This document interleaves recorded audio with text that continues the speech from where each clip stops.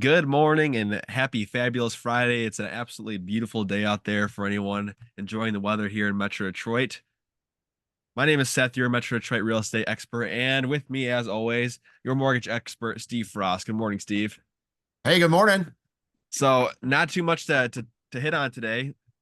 I don't have any data that's been updated since last week, but I did want to go over a brief topic, more an educational topic, and talking about the importance of pricing your home if you're thinking about selling it here in this market that we're currently in. So as I touched on these past couple weeks, we're starting to see price reductions raised to a rate they haven't since 2022, so in the last 2 years. And I think Woohoo! that's yeah, it's crazy because there's still a third of homes that are selling for over asking, yet we have, anywhere from 6 to 10% of houses that are taking a price drop, right? And Mhm. so I just wanted to come on here today and talk about how important it is to price your home correctly, right? Because in these past few, almost several years now, real estate professionals and homeowners have been able to get away with putting the house on the market at really, a price that they want or a little bit above what the market may bear, and they were still able to get that price or more, just because the inventory was so low and the buyer demand was so high. Now we're starting to see that shift a little bit, right? We still do have inventory of a seller's market. We're about 3.5 months inventory nationwide.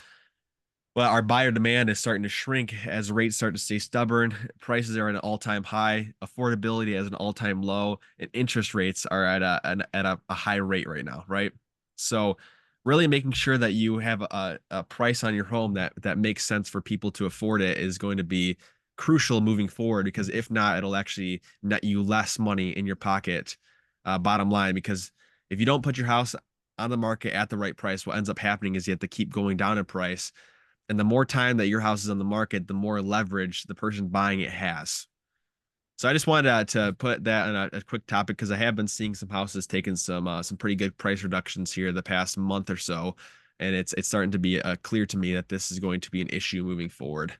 So that's what I have today, Steve. What about rates? When you say that, in a far less technical term, is the days of shooting your shot are done.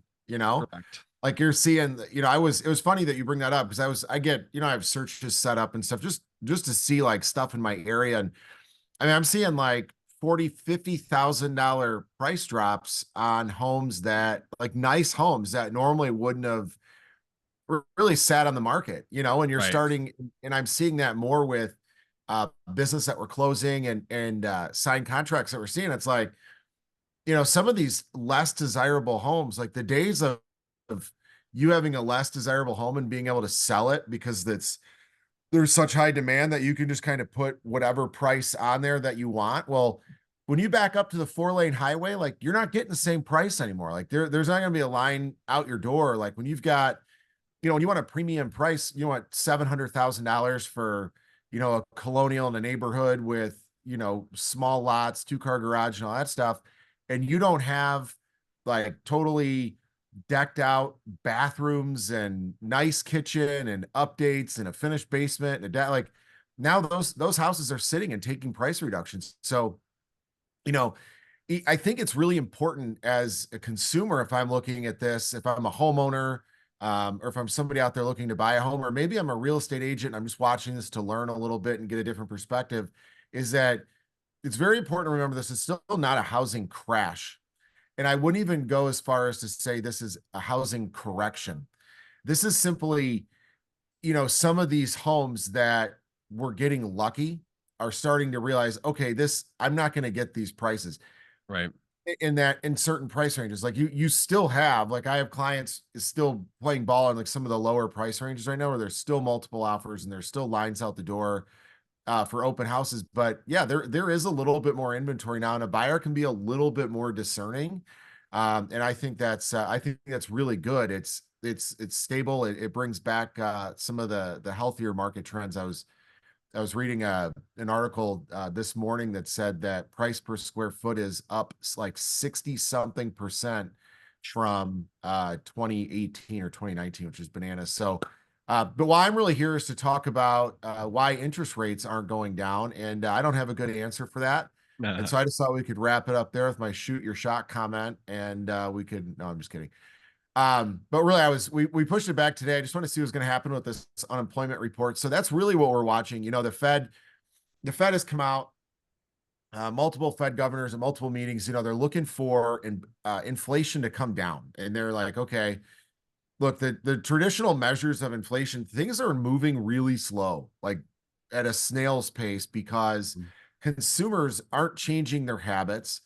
And unfortunately, by having these ultra high rates and these, like Fed funds rate, I mean, the 5.5 or 5.25 range, is that these corporations are still making massive profits. So they're simply passing along the increased cost that they're paying to do business, which is what the Fed is doing. They're not affecting our rates directly. It's affecting the rates at which large corporations and banks borrow money, and they're just simply passing the bill along to us directly. And so consumers are bearing this expense by getting new jobs and picking up second jobs or quitting jobs. So we look at like a quits rate, like I'm quitting a job to go take higher pay at another job. So these companies like, hey, we're going to pay people more to come to us. So now the focus from the Fed is like, okay, we got to watch the unemployment rate and the jobs market. And so we're watching it closely, and all the information that we've been getting is like, hey, we're looking for a weak jobs number today. I mean, all the job openings are coming down, private payrolls are down, and then we get the government number and it blows it out of the water today. They're looking for the 180,000 new jobs to be created. We got 272,000. Wow. And so for that to be good for rates, we need that to be below 180,000. So we really got kicked in the stomach with that one today. However, one of the private numbers they look at in like a non-government manipulated number is how we determine the unemployment rate. And the unemployment rate went from 3.9% to 4%. So that went up, which kind of tempered things. So we'll see as the day goes on. We lost, quite a bit of ground. We were looking at rates just below 7. We are looking in like the high 6s. And today we'll probably be back to 7.25, maybe 7.375 on some stuff.